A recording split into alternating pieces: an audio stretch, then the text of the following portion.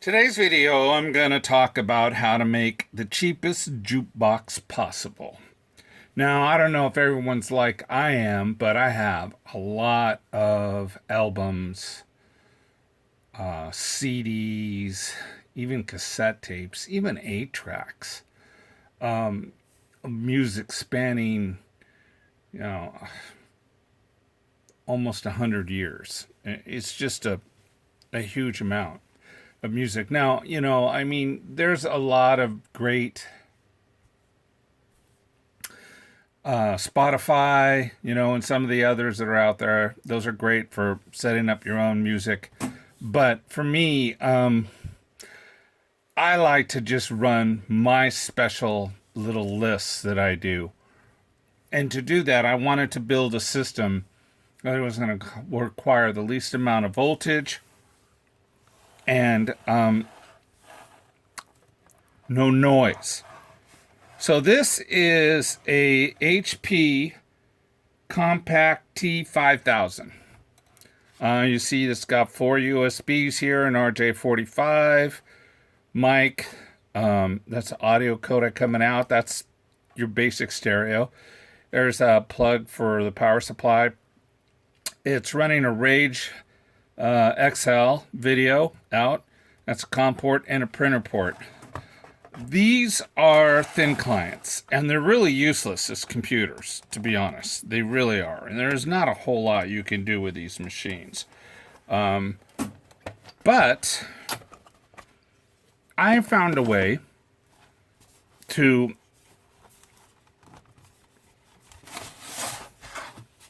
make jukebox out of this. So what you do, that's a little speaker right here. It's kind of cool. Is the first thing you need to do is you need to replace this. This is a RAM module. It's only 256K. 1 gig is really all you need to run a stripped down version of XP. And so I've got a 1 gig module coming. This is interesting, PCI Express slot. I would only assume that this is for when they're installing software or something, because I have no idea why this is even on this board, unless this went into a bigger case at one time and then they redesigned it. I don't really know. Anyway, the first thing you need to do, first of all, these T5000s, I picked this up for 15 bucks. Free shipping. And this 1 gig module that I've got coming cost me $275, free shipping.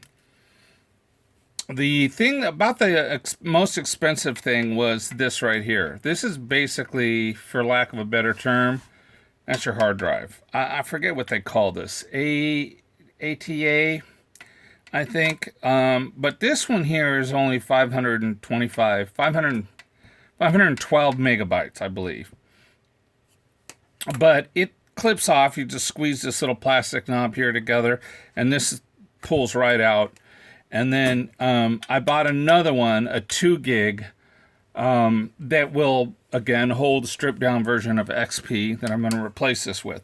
Now, that problem, I think that was about, boy, I can't remember exactly.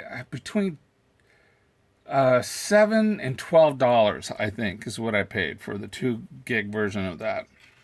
So, I mean, all total, I'm probably into this whole system for under 40 bucks.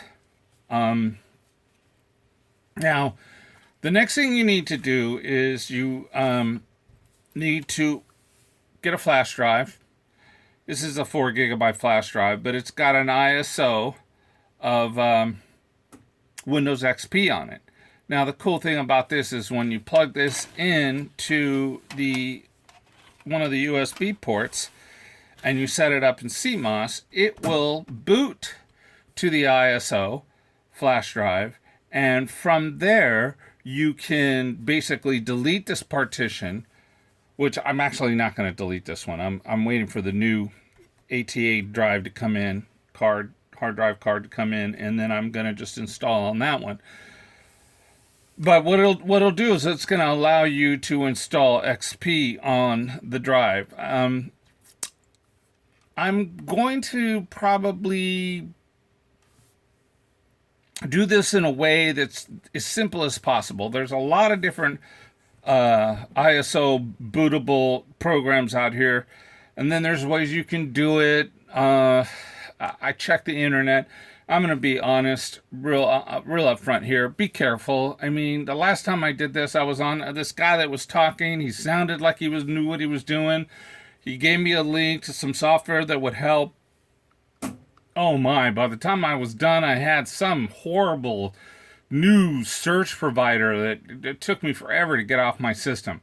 And then another time, someone said you could do it without any software by doing command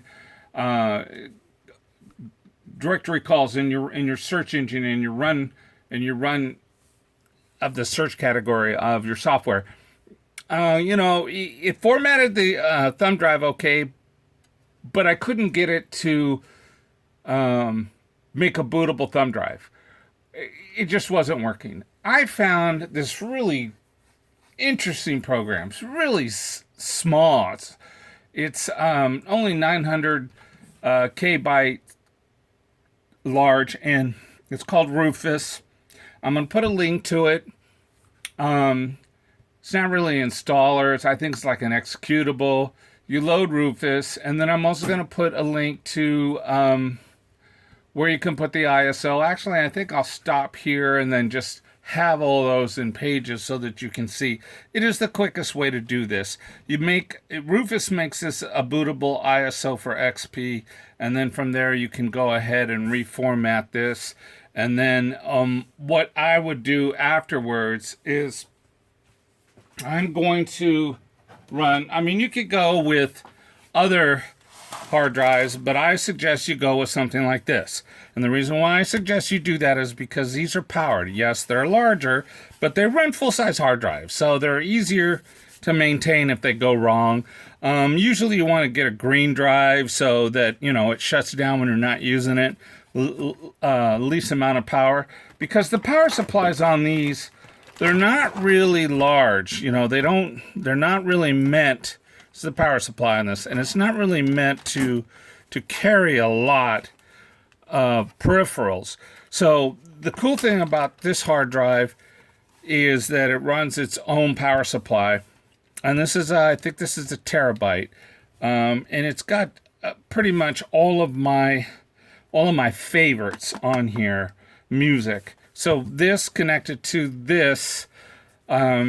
What it basically does, and there's no fan in here either, so what it basically does is it makes for a very quiet jukebox. I also have this. Now, I don't really consider this part of the cost because, I use this for everything. I've had it a long time, so I'm really just at about 40 or less. And this is a USB floppy, which when you plug this into this system, it will boot from this. I'm not counting this either. This is just kind of a cool thing to have. If you want to have floppy access to it, it's not needed to install XP. And then another cool thing I got, and I didn't pay a whole lot for that. Yeah, this I think I paid $7 for this, and this I paid $14 for this. And this is a DVD CD rewritable. This will not boot directly from the USB. You have to have the thumb drive. But once you get the software installed, you can run a DVD or a CD off of this if you want to. I'm not including this because I use this for a lot of other things, but it's kind of cool. So basically, you can have floppy drive access, you can have DVD, CD, ROM access, you have internet access, you have everything you want. It's a 1 gigahertz CPU. It's not a fast computer. But look at the thing. It's tiny, and it's fanless, and it's cheap, and it will do exactly what I want it to do. It is basically gonna just be a quiet, low-power jukebox, and it does have, like I say, it has the audio out, so it's ready to go. Part 2 of this, or I may even clip onto this video, is going to show the links and how the install works. But for now, this is my future jukebox, an HP T5000. They call these thin clients. Again, by themselves, they're useless. You can do nothing with these. Seriously, yeah, it does have XP on it, but because it's so locked and so proprietary, I mean, it just makes it crazy to try to even get anything other than its standard protocols to work out of this. Control panel hardly does anything. My computer does nothing. You've got to get all this stuff off. You basically got to get this ATA drive card off and get the new one in and go straight. Now, the cool thing about this is that it's a VIA chipset and an ATI Rage or AMD Rage. So these are all readily available on their websites. And they're easy to get, the drivers for the sound and also the drivers for the video. So it wasn't difficult for me to get, you know, all the drivers that I needed to make this thing work and do what I needed. Again, I'll point links to these. These are pretty plentiful. You also see the bigger ones. You don't really need that. This is probably the cheapest and smallest one out there. I'm going to, just like I said, I'm just going to make this a jukebox and leave it as that. Hey, I hope you enjoy the video, and I will update this. I don't know if I'll post this now and then update it later, or just edit it and give you the whole thing. But again, thanks for watching. You guys have a great day and a better life.